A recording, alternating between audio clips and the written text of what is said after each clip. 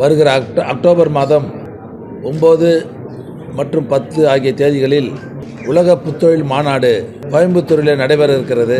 October 9ஆம் தேதி மாண்புமிகு தமிழ்நாடு முதலமைச்சர் அவர்கள் வருகை தந்து அந்த மாநாட்டினை தொடங்கி வைக்க இருக்கிறார்கள் என்பதை நான் மகிழ்ச்சியோடு தெரிவித்துக் கொள்கிறேன். தமிழ்நாடு புத்தொழில் மற்றும் புத்தாக்க இயக்கம் சார்பில் அக்டோபர் 9 மற்றும் 10ஆம் தேதிகளில் கோவை கொடிஷியா வளாகத்தில் உலக புத்தொழில் மாநாடு நடைபெற உள்ளது. இந்த மாநாட்டை முதலமைச்சர் மு.க.ஸ்டாலின் தொடங்கி வைக்கிறார் என சிறு குறு மற்றும் நடுத்தர தொழில் நிறுவனங்களின் அமைச்சர் தாமு அன்பரசன் தெரிவித்துள்ளார். தனியார் முதலீட்டாளர்கள் மற்றும் ஸ்டார்ட் அப் நிறுவனங்களை இணைக்கிற டான் ஃபண்ட் தளம், புத்தொழில் நிறுவனங்களை அறிமுகப்படுத்துகிற லான்ச் பேட் நிகழ்ச்சிகள், SC/ST தொழில் முனைவர்களை ஊக்குவிக்க பெரியார் சமூக நீதி தொழில் வளர் மையம், ஸ்பேஸ் டெக் ஸ்டார்ட் அப் நிறுவனங்களுக்கு ரூபாய் 10 கோடி நிதி உதவி, 2 கோடி நிதி ஒதுக்கீட்டில் கிராமந்தோறும் புத்தொழில் மையங்கள். இன்றைக்கு 11 நகரங்களில் இதுவரை இல்லாத அளவிற்கு வட்டார புத்தொழில் மையங்கள் பல்வேறு எல்லாம் இன்றைக்கி எல்லா மாவட்டங்களும் 11 மாவட்டங்கள் அமைக்கப்பட்டிருக்கிறது. ஸ்டார்ட் அப் தமிழ்நாட்டில் உள்ள ஸ்டார்ட் அப் நிறுவனங்களுக்கு ஏற்ற சூழலை உருவாக்குவதற்காக 2021 2032 ஸ்டார்ட் அப் நிறுவனங்கள் தான் பதிவு செய்யப்பட்டிருந்தது. 2021 இன்றைய தினம் 12171 ஸ்டார்ட் அப் ஆக உயர்ந்திருக்கிறது. இதில் 6063 நிறுவனங்களில் பெண்கள் நிறுவனங்களாக உள்ளது மிக மிக பெரிய சிறப்பு என்பதை நான் மகிழ்ச்சியோடு தெரிவித்துக் கொள்கிறேன். கடந்த அதிமுக ஆட்சியில் ஸ்டார்ட் அப் தரவரிசையில் பட்டியலில் கடைசியில் இருந்தது தமிழ்நாடு. இன்றைக்கி 2021ஆம் ஆண்டு 3ஆம் இடத்திற்கு முன்னேறி லீடர் விருதை பெற்றோம். இப்போ 2022ஆம் ஆண்டு சிறந்த செயற்பாட்டாளர் விருதினை பெற்று இன்றைக்கு நாம் முதலிடத்தில் பெற்றிருக்கிறோம்.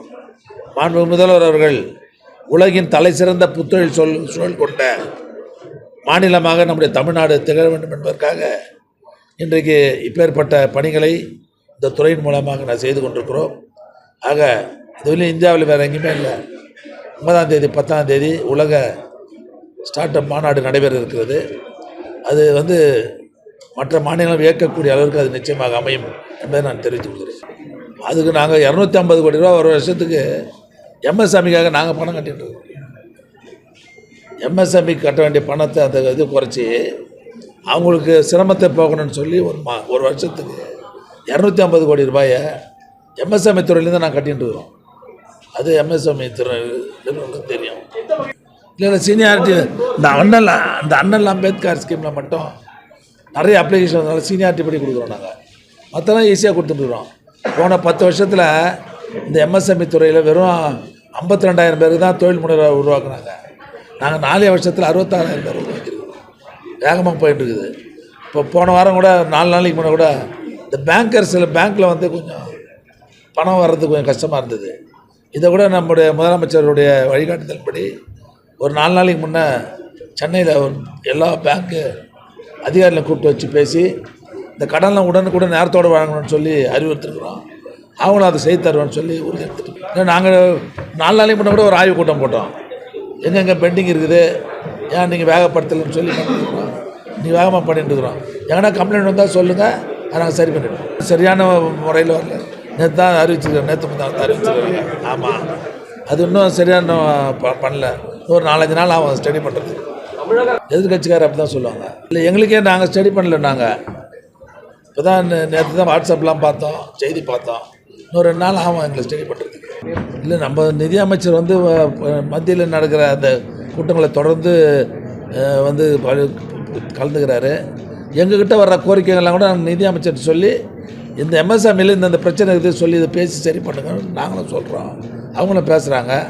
நம்மளுக்கு ஒத்து வராத அரசுனால நம்ம சொல்கிறது அவங்க கேட்குறது கிடையாது. நாங்கள் நிச்சயமாக வலியுறுத்தோம். முதலமைச்சருடைய கவனத்துக்கு கொண்டு சென்று அந்த தொழில் பாதிக்காத அளவுக்கு என்ன வலியுறுத்த முடியுமோ பண்ணணும். இல்லை அது மாதிரி எங்கன்னு சொல்லுங்கள். நான் போன ஒரு 6 மாதத்துக்கு முன்னாடி இதே இடத்துல தான் ஒரு கூட்டம் போட்டேன். எவ்வளோ புரிந்துணர்வு ஒப்பந்தம் போட்டுக்கிறோம், எவ்வளோ பேர் அப்ளிகேஷன் போட்டுக்கிறாங்க. கிட்டத்தட்ட நாங்கள் அது மாதிரி எங்கன்னு சொல்லுங்கள், கம்ப்ளைண்ட் சொல்லுங்கள், நான் பார்த்துக்குறோம். அது மாதிரிலாம் இல்லை. நாங்கள் இப்போ எங்கள்கிட்ட அந்த 2.0 மனு கொடுத்தாங்கல்ல, 62,000 63,000 பேருக்கு நாங்கள் கிளியர் பண்ணி கொடுத்துருக்குறோம். அது எங்கே கம்ப்ளைண்ட்னு சொல்லுங்கள், நாங்கள் பார்த்துக்குறோம். இபியில் எங்கே பிரச்சனை, சிலது அப்ரூவல் வரதில் பிரச்சனை இருக்கும். அதோட நாங்கள் இதே இடத்துல நான் ஒரு கூட்டம் போட்டேன், நீங்களும் வந்திருப்பீங்கன்னு நினைக்கிறேன். அதை அந்த துறைகளில் கூட்டு கூட ஏன் லேட்டுன்னு கூட கேட்டு நாங்கள் சரி பண்ணியிருக்கிறோம். எங்கள் கவனத்துக்கு குற்றச்சாட்டு வந்ததுன்னா அது நிச்சயமாக நாங்கள் சரி பண்ணிடுவோம். இதுதான் வேர்ல்டு கான்ஃபரன்ஸு மீட்டிங், இதுதான் ஃபஸ்ட்டு. இந்தியாவில் வேறு எங்கேயுமே நடத்தல, தமிழ்நாட்டில் நம்ம தான் கோயம்புத்தூர் நடத்துகிறோம். 2021 நம்மளுக்கு 2031 ஸ்டார்ட் அப் தான் இருந்தது. 12,000 ஸ்டார்ட் அப் இருக்குது 4 வருஷத்தில்.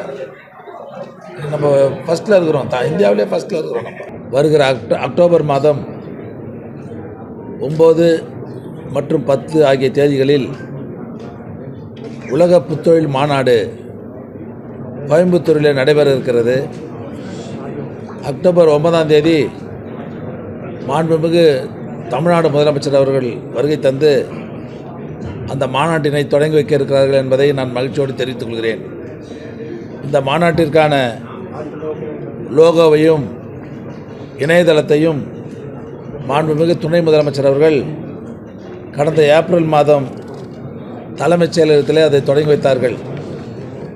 இந்த மாநாட்டில் 39 நாடுகளிலிருந்து 264 பங்கேற்பாளர்களுடன் 30,000க்கும் மேற்பட்ட தொழில் முனைவோர்கள் கலந்து கொள்ள இருக்கிறார்கள்.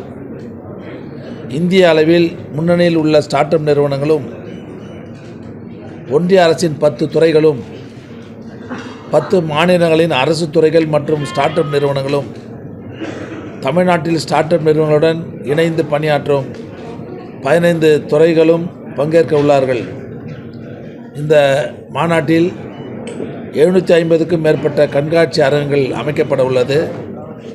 315க்கும் மேற்பட்ட நிகழ்ச்சிகள் நடத்தப்பட உள்ளது என்பதை நான் தெரிவித்துக் கொள்கிறேன். கடந்த அதிமுக ஆட்சியில் இந்த ஸ்டார்ட் அப் நிறுவனங்களை ஊக்குவிக்க எந்தவித முயற்சியும் செய்யாத நிலையில் நம்முடைய மாண்புமிகு தமிழ்நாடு முதலமைச்சர் அவர்கள் இந்த ஸ்டார்ட் அப் நிறுவனங்களுடைய முக்கியத்துவத்தை உணர்ந்து தலைமை செயல் அலுவலர்கள் பதவியுடன் 70க்கும் மேற்பட்ட பணியாளர்களை நியமித்து இன்றைய தமிழ்நாட்டில் மிகச்சிறப்பாக இந்த ஸ்டார்ட் அப்பு செயல்பட்டு கொண்டிருக்கிறது என்று நான் தெரிவித்துக் கொள்கிறேன். ஸ்டார்ட் அப் நிறுவனங்களை அதிக எண்ணிக்கையில் உருவாக்க டான்சீடு நிதி உதவி திட்டம் தொடங்கப்பட்டிருக்கிறது. இந்த திட்டத்தின் கீழ் இதுவரை கடந்த 4 ஆண்டுகளில் 212 ஸ்டார்ட் அப் நிறுவனங்களில் ரூபாய் 79,49,00,000 தமிழக அரசு முதலீடு செய்திருக்கிறது. இந்தியாவிலே வேறு எந்த மாநிலத்திலும் செயல்படாத SC/ST ஸ்டார்ட் அப் நிதி ஆதார நிதி வழங்கும் திட்டம் செயல்படுத்தப்பட்டு வருகிறது. இதுவரை 43 SC/ST ஸ்டார்ட் அப் நிறுவனங்களுக்கு நிதி உதவி அளிக்கப்பட்டிருக்கிறது என்பதை நான் தெரிவித்துக் கொள்கிறேன். அரசு முதலீடுடன் தொடங்கப்பட்ட இந்த நிறுவனங்களில் 68 நிறுவனங்கள் ரூபாய் 554,49,00,000 மதிப்பில் வெளி முதலாளிகளிடமிருந்து முதலீடுகளை பெற்றுள்ளது. இதன் மூலம் 1000க்கும் மேற்பட்டவர்கள் வேலைவாய்ப்பை பெற்றிருக்கிறார்கள் என்பதையும் நான் தெரிவித்துக் கொள்கிறேன். தனியார் முதலீடுகளையும் ஸ்டார்ட் அப் நிறுவனம் இணைக்கிற டான் ஃபண்டு தளத்தின் மூலமாக ரூபாய் 128,84,00,000 தனியார் முதலீடுகள் ஈர்க்கப்பட்டிருக்கிறது. இன்றைக்கு நம்முடைய மாண்புமிகு தமிழ்நாடு முதலமைச்சர் அவர்கள் இன்று ஸ்டார்ட் அப் நிறுவனங்களை வளர்த்தெடுப்பதற்காக பல்வேறு திட்டங்களை இன்றைக்கு அறிவித்து அதை செயல்படுத்தி வருகிறோம். குறிப்பாக ஸ்டார்ட் அப் டிஎன் மூலமாக நவீன வடிவமைப்பு உதவி மையம் டிசைன் ஸ்டுடியோ